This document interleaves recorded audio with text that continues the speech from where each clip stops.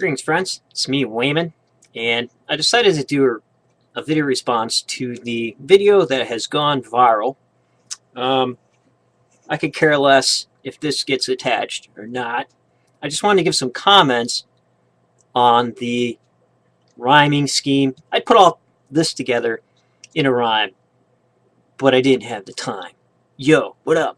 Anyways, since we're going to be talking about religion, you should always have a drink. Crack one open here. I know, it's a crappy beer, but bear with me. So, I don't mind God. I don't mind religion. I don't mind Jesus. It's just a fan club. And I don't think that you could have Jesus or know about Jesus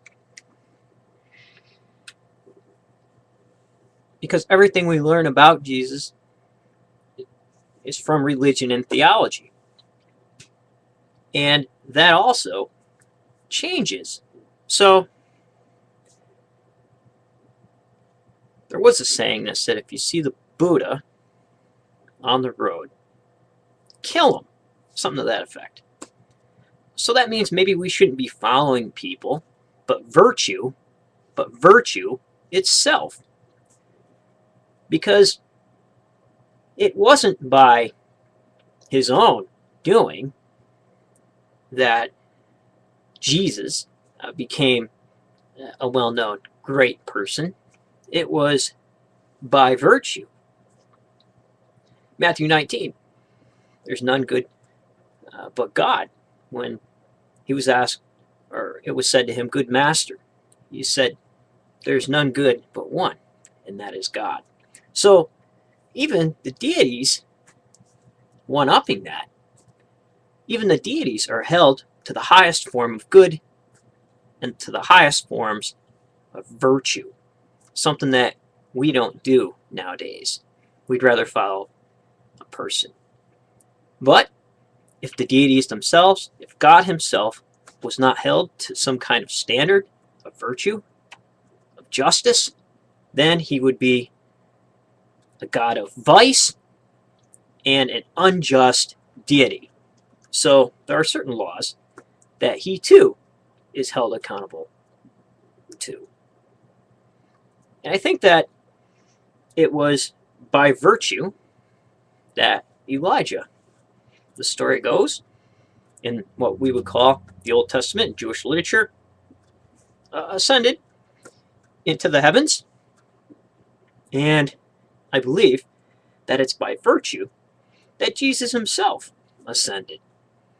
And what people don't understand is a lot of times people that we follow, they don't have our backs. But friends, if you always do the right thing, virtue will always have your back.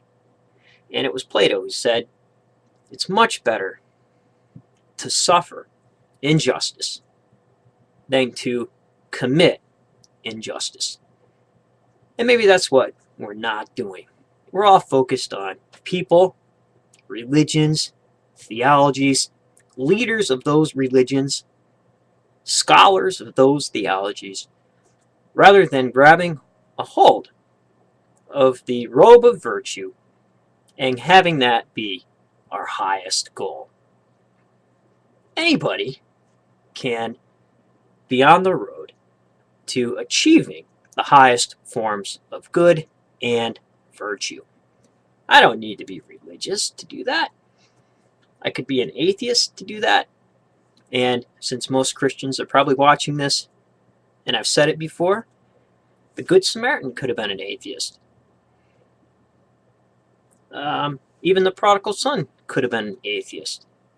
Turning back, and it says in the text, he came to himself. When you come to yourself and you realize that maybe you've done some things that were wrong, you turn back towards virtue. And it's by virtue alone that you obtain the highest good. And the highest good, what is that? We might not know, but we know what it's not.